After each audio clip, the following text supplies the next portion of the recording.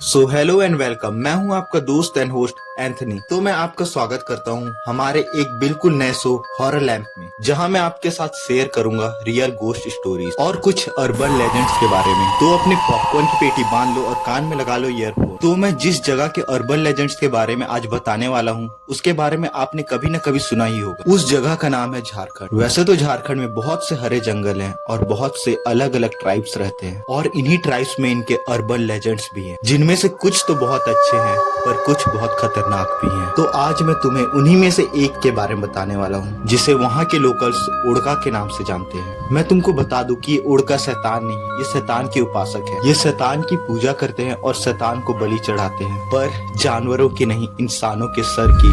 पर खास बात क्या है पता है? जिस इंसान की बलि चढ़ चुकी है वो 4 से 5 दिन तक जिंदा रहता है, और इन 4 से 5 दिन के बीच ना उसे पता चलता है कि उसकी बलि चढ़ चुकी है और ना उसके घर वालों को, क्योंकि उसके सर की जगह खुद शैतान बैठ जाता है। पर वो इन 4 से 5 दिनों के बीच बिल्कुल नॉर्मल बिहेव करता है, जिससे किसी को कुछ पता नहीं चलता। पर इस बीच वो ना पानी पी पाता है ना ही खाना खा पाता है। उसके गले से ना पानी उतरता है ना खाना, और 4 से 5 दिनों के बाद वो मारा जाता है। देखो, ट्राइबल एरिया में क्या होता है कि कई लोग लाश को जलाते हैं और कई लोग लाश को दफनाते हैं। तो उड़का के शिकार हुए आदमी को जब जलाया जाता है तो किसी को कुछ पता नहीं चलता है कि वह उड़का का शिकार हुआ था। जब किसी उड़का के शिकार हुए व्यक्ति को दफनाया जाता है, दफनाने के कुछ दिन बाद या उसी दिन कब्र से मिट्टी हटाने पर लोग पाते हैं कि उसका सर धड़ से गायब है। हाँ, तुमने सही सुना। अब तुम सोच रहे हो कि ये सब करने से उड़का को आखिर मिलता क्या है? तो तुम्हें बता दो, जो भी ये रिचुअल प्रैक्टिस करता है, शैतान उसके घर में कभी धन की कमी होने नहीं देता, और उसके खेतों में कभी फसलों की कमी नहीं होती, और ना कभी उसके घर में कोई बीमारी आती है। पर शैतान इतना अच्छा भी नहीं है कि बस वो तुम्हें आशीर्वाद दे। इतनी सारी चीजों के साथ शैतान उसे, या कहूँ उसकी पूरी पीढ़ी को, एक कर्ज भी देता है कि अगर कोई व्यक्ति उड़का बन गया है तो उसे और उसके आने वाली पीढ़ी को यह रिचुअल हमेशा परफॉर्म करना ही होगा। उसे साल में कम से कम एक बार शैतान को किसी एक व्यक्ति की बलि चढ़ानी ही होगी।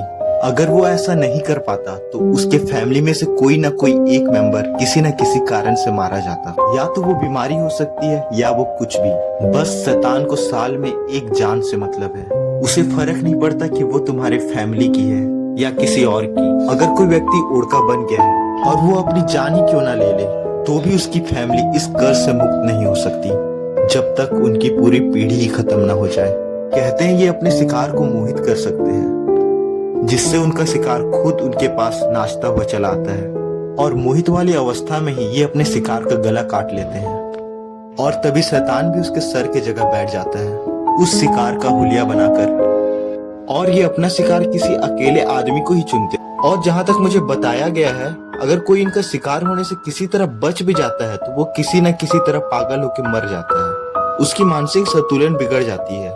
मेरे मम्मी के गांव की घटना है। जब वो छोटी थी तो आर्मी का एक जवान छुट्टियों में घर आ रहा था, तभी उसकी भिड़ंत रास्ते में एक उड़का से हो गई और किसी तरह वह बच गया और उसने उस उड़का को ही मार दिया। पर कुछ समय बाद ही वह पागल हो गया और मारा गया। तो हमारा वीडियो यही होता है खत्म। मुझे जितनी जानकारी थी मैंने उतनी तुम्हें बता दी। मिलते हैं नेक्स्ट वीडियो में।